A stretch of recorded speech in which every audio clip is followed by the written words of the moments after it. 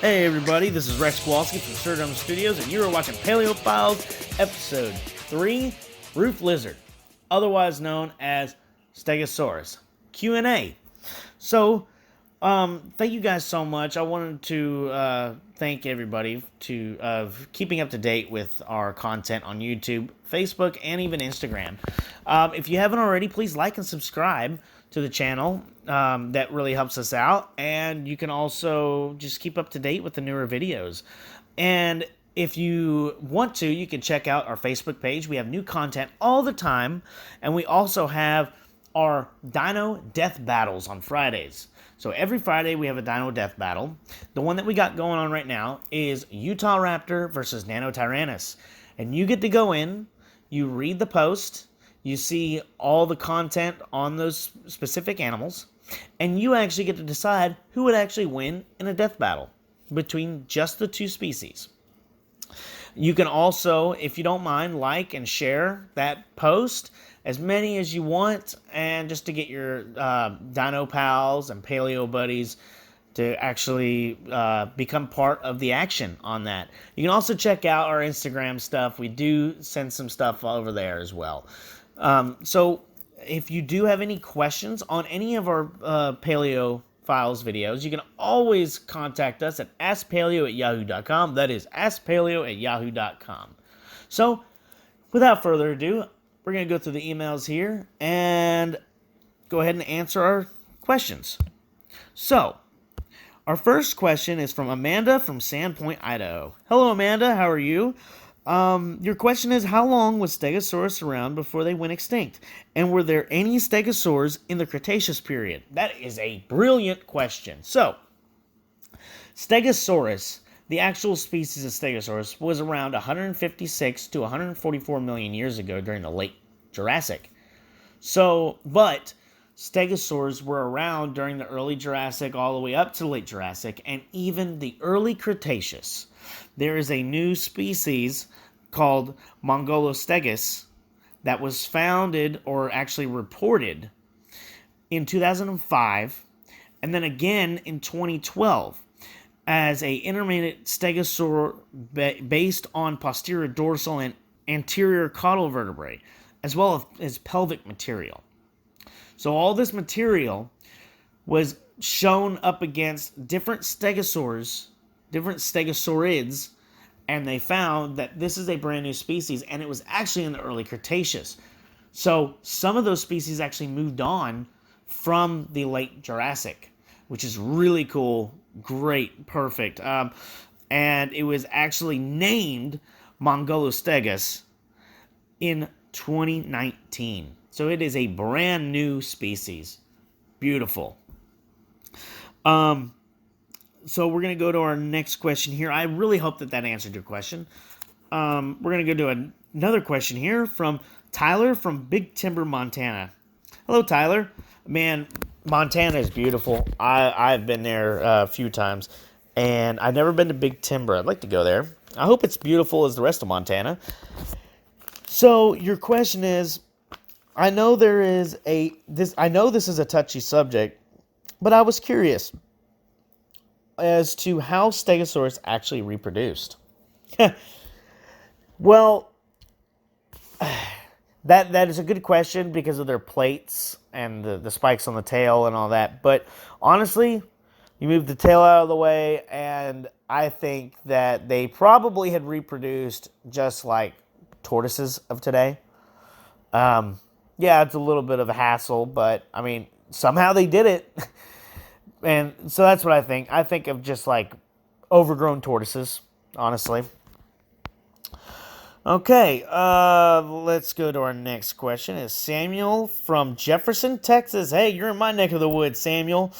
Why did Stegosaurus get the name meaning roofed lizard? Ooh, that's a good one. Okay, so Stegosaurus was one of the earliest dinosaurs that was described during the Bone Wars. Not such a good description of the Bone Wars, but if you like reading Michael Crichton books, I would sincerely suggest reading Dragon Teeth. Dragon Teeth is such a good book, and it's during the Bone Wars between Marsh and Cope. It is awesome. I just finished it, actually. Finished it in one day. So yeah, it was during the Bone Wars. It was originally named by Othniel Charles Marsh in 1877. Of course, found in the Morrison Formation of Colorado. Now, the reason why it was originally called roofed lizard is because Marsh actually thought that it was an aquatic turtle-like animal. And that's because he thought that the plates on the back actually laid flat. And so he thought of, well, it looks like a roof. So that's actually the reason why it got its name, was Stegosaurus, roofed lizard. So I really hope that answered your question. And now we're going to go to our next question. It is Victor from Columbus, Ohio. Again, I just answered your last question, Victor. Well, I'm glad that you're keeping up with my content. Thank you so much, man. All right, so your question here, Victor, is, has there ever been a complete Stegosaurus skeleton collected? So, yes, not 100% complete, but the most complete is Sophie, the Stegosaurus. It's the most complete specimen that we've found. That's 5.6 meters, or 18 feet long, and 2.9 meters. That's about 9.5 feet tall. The specimen was found in Wyoming, and it's about 85% intact, containing 360 bones. And if you ever want to check that out, it's actually at the Natural History Museum of London. They just put that up around December of 2014. So relatively new. So I hope that answered your question there. All right, and our last question of today is Arden from Shrewsbury, Massachusetts. I'm going to give you a shout out. He actually contacted us through YouTube. He had a YouTube question. So, Arden, we're not going to let you down. We're going to try to answer your question as best as possible. So your question is, I am curious. In this episode, it is mentioned that the Allosaurus died of an infection caused by the wounds infected by the Stegosaurus. But what was it about the fossil that told the researchers that this was the case? I don't doubt that this is true. I am just fascinated by the idea that it is possible to see evidence of an infection in a fossil. And if so, what does that look like? How is it different from other fossils? The hole in the pelvis is impressive, but I'm interested in how they knew the animal didn't die immediately. Was it the position they found it in? Okay, elaborate question, very elaborate question, a fantastic question, no doubt. I love your question. So, how do we know that the Allosaurus didn't die immediately, or like bleed out or something like that? Well, it wasn't the position they found it in.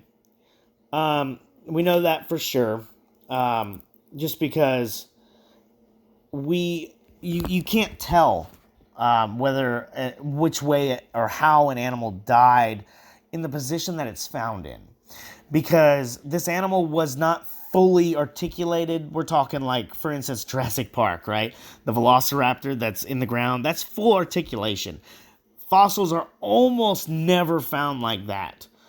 And this Allosaurus was not found like that. They were scattered about within the same area, though. So we know that it all was from the same animal. But we do know that under a microscope, you can see bone fragments that were lodged into the pubis. And those bone fragments infected the pubis.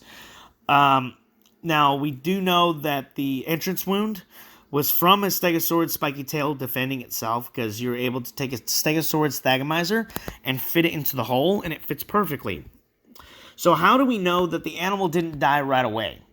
Well, you can see around the entrance wound that the bone tried to heal, and these animals here, they are very, very, they can take a lot of beatings. We found multiple allosaurs with broken ribs and stuff, and they have healed 100%. We actually, in the museum that I work for, We have a Critosaurus. That's a duck-billed dinosaur from the Cretaceous, late Cretaceous, around in the Texas area. We have a caudal vertebrae that actually had some calcium buildup. That calcium buildup is from a attack, from a wound. So we're curious whether or not we can take it and put it into an X-ray machine and see a tyrannosaur tooth lodged into it. That would be amazing to see that. So we know that animals that live from an attack actually heal. Their bones heal. And we can see that the bone tried to heal. The calcium was building up on the bone. If it died right away, that calcium would not have even existed on there. But the bacteria that got into the wound caused a massive infection, and that massive infection actually spread upwards into the soft tissue attached to the pubis, and the thigh muscles and adjacent intestines, and even the reproductive organs. You see this kind of attack a lot. It's very common with these deadly types of infections in modern day animals, like cattle and rhinos. When they gore something, whether it's a human or just another animal, they'll gore it, and that same infection will set place, where it infects the bone. And in the bone of that pubis on that Allosaurus, you see a baseball-sized chunk that had been eaten away by that infection. It's amazing that you're able to see that. So you can see that the infection took in, but the animal tried to heal, but it just infected too many vital organs and eventually killed the animal. Unfortunately, killed the animal. I really hope that answered your question, Arden. If you do, in fact, have any other questions, please feel free to, give us a shout out on any of our videos, YouTube videos, or if you want to, you can send us a email. And that goes for everybody. You can ask us at askpaleo@yahoo.com. That is askpaleo@yahoo.com. We will be more than likely able to answer the Yahoo questions, the email questions, more than the YouTube questions. So that's why we're trying to keep everything through our Yahoo account, that email. Anyways, I really hope that you guys enjoyed the video. Please like, comment, and subscribe. And again, if you got any questions, just let us know, guys. Anyways, thank you so much for watching. This is Rex Kowalski with STURRDRUM Studios, signing out. Bye-bye.